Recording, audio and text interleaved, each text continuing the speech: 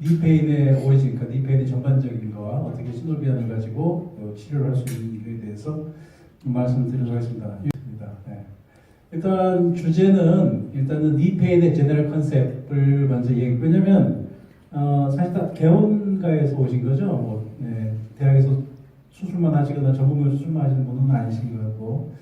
그래서 일단 니페인을 전반적으로 왜 무릎이 아픈가. 그래서 세 가지가 있는 것 같아요. 개업을 하게 되면은 왜 허리가 아플까? 왜 어깨가 아프지? 왜 무릎이 아픈 거야? 요 세 개만 마스터하면은 외래 환자의 90%를 해결합니다. 그래서 그 중에 3분의 1. 오늘은 무릎에 대한 비밀을 공부하겠습니다. 두 번째는 우리가 하이알루로닉 액시드를 많이 쓰지만 사실 진짜 하이알루로닉 액시드가 어떻게 쓰이고 어떤 효과가 있는지를 잘 모릅니다. 그래서 그거에 대해서 다시 한번 리뷰하는 그 시간을 갖고요. 세 번째는 이 자리를 마련해주고 우리가 이렇게 모이게 해줄 수 있는 자리를 마련해주는 시노비안 회사를 위해서 한번 말씀드리도록 하겠습니다. 그래서 처음에 이제 니페인에 대한 제너럴 컨셉을 말씀드리고요. 우리가 무릎 통증을 치료하는 데 있어서 주사만 생각하시면은 숲을 보고 이 적절한 나무를 이렇게 봐야 되는데 숲을 보지 않고 그냥 그 주사로 왜 안 닿지? 항상 개원가에서는 이제 주사 말고는 더 이상 할 게 없으니까 물리치료라든지 그래서 주사만 하고 모든 걸 해결하려고 해요. 그래서 주사 놨는데 아프다. 주사 놨는데 붓는다. 어떡하니? 계속 저한테 연락이 와요.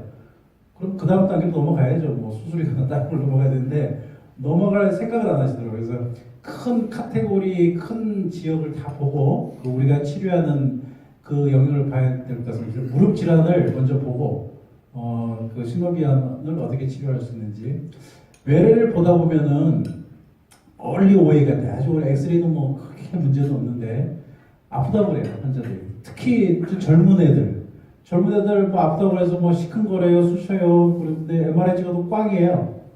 그런 경우도 있어요. 왜 그러지? 이런 생각도 들고. 요게 제일 사실은 저희가 이해하기 편한 모더레이트 웨이. 켈그레인 1, 2, 3 정도.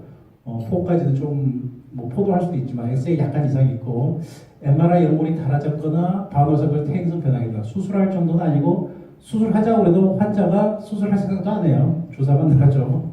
라고 아예 생각하고 있기 때문에 이런 분들이 사실 제일 마음 편하죠. 주사 놓고 약 주고 오면 땡. 서로 관계도 좋고 아파지면 아파지는 대로 좋아지면 좋아지는 대로 관계 좋습니다. 요게 이제 좀 어려워요. 마크 더 웨이, 조인트 스페이스 내리기가 확 심하고 너무 아파하는데 주사만 놔달라고 그래요. 수술은 절대 안 하겠대, 저희. 그런 분들이 참, 수술 인공관절 하면 싹 좋아질 것 같은데, 환자들이 뭐 80세, 뭐 나이에 관계없어요. 80세도 하기 싫어하시는 분이 있더라고요. 그래서 주사만 놓고 가시는 분도 있고요. 안 낫는다고 계속 뭐라고 그러세요. 제 탓이 아닌데, 그거야 워낙 심한 건데. F전이 너무 자주 생기는 분. 이상하게도, KL 그레이드 4인데도 할머니가 별로 안 아파요.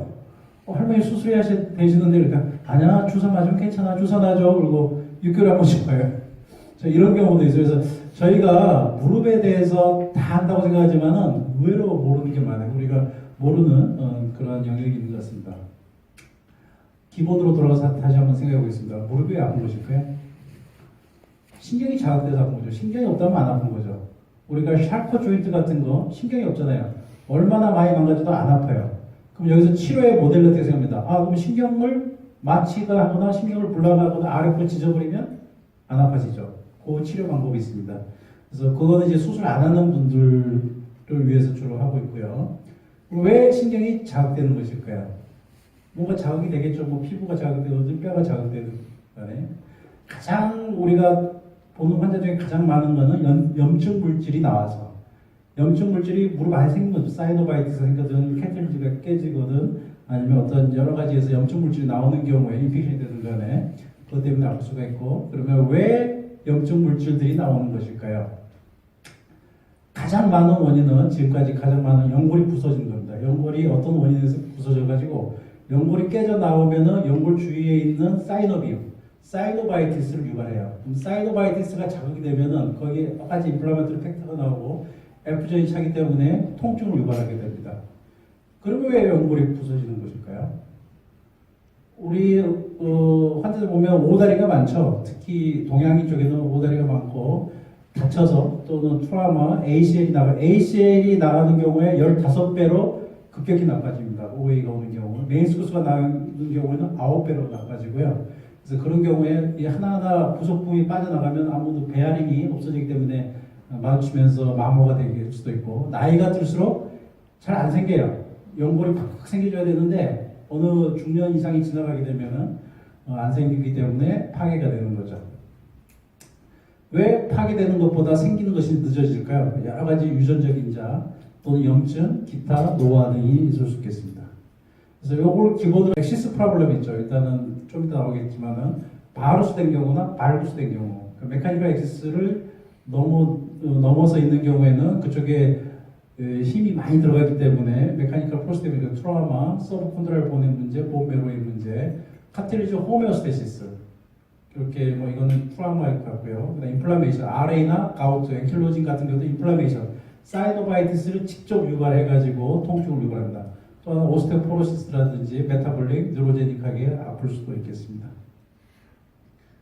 무릎 통증은 스킨부터 생각하면 이제 해부학적으로 생각하게 되면 생각하시면은 스킨 가장 무릎 통증에서 좀 헷갈리는 경우가 무릎 앞에 누르면 되게 찌릿찌릿하면서 아파해요.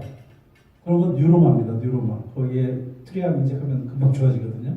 근데 그걸 이제 퇴행성 관절을 생각해서 주사 넣는 경우도 있는데 스킨에도 문제가 있고 서브큐타니일 수도 있고 페시아. 특히 OA하고 좀 헷갈리는 게 OA 때도 같이 아프지만은 이 거드 튜버클 쪽에 인서션하면서 쪽에 벌사이티스나 텐디나이티스가 있는 게 많이 아파거든요. 거기에 바로 프로라든지 인젝을 하면은 금방 좋아지고 그건 또 힐환하고 좀 관계는 없는 것 같아요.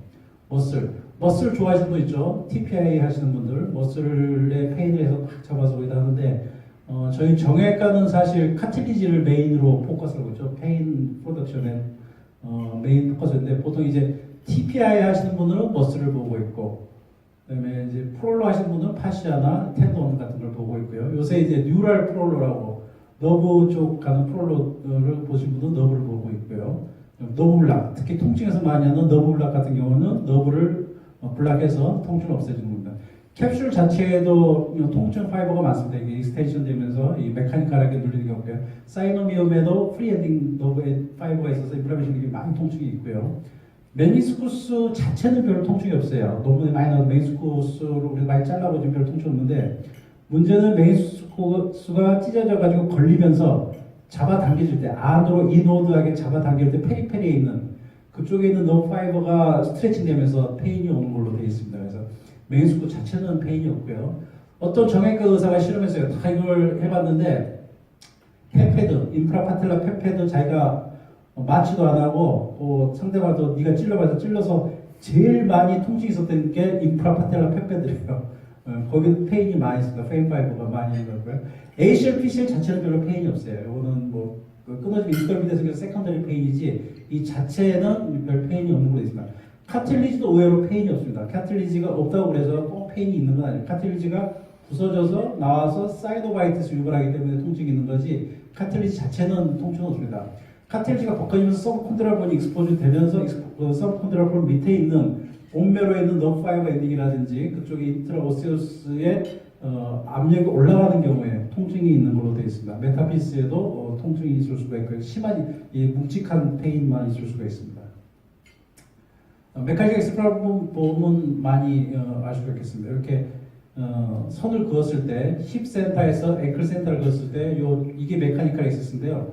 메카니컬 엑시스라는 거는 그 힘이 이쪽 한쪽 다리로 갔을 때 이 지나가는 선인데요. 지나가는 선이 중앙으로 지나가야지 가장 아이디얼한 선으로 양쪽으로 균등하게 배분되기 때문에 카틸리지 로스가 없는 것입니다. 그래서 보통 초기 환자들, 중기에서 초기 정도는 이 메카니컬 엑시스만 바르게 세워줘도 통증이 많이 없어집니다. 저희 환자 케이스인데요. 이 완전히 엑시스가 완전히 무너져서 이거 완전히 힘이 받고 있는데 이같이 오스테오톰을 쳐서 엑시스를 정확히 맞춰주고 저희는 이제 줄기세포라이드 줄기세포에서 연골이 잘 자라고 통증이 없어진 케이스입니다.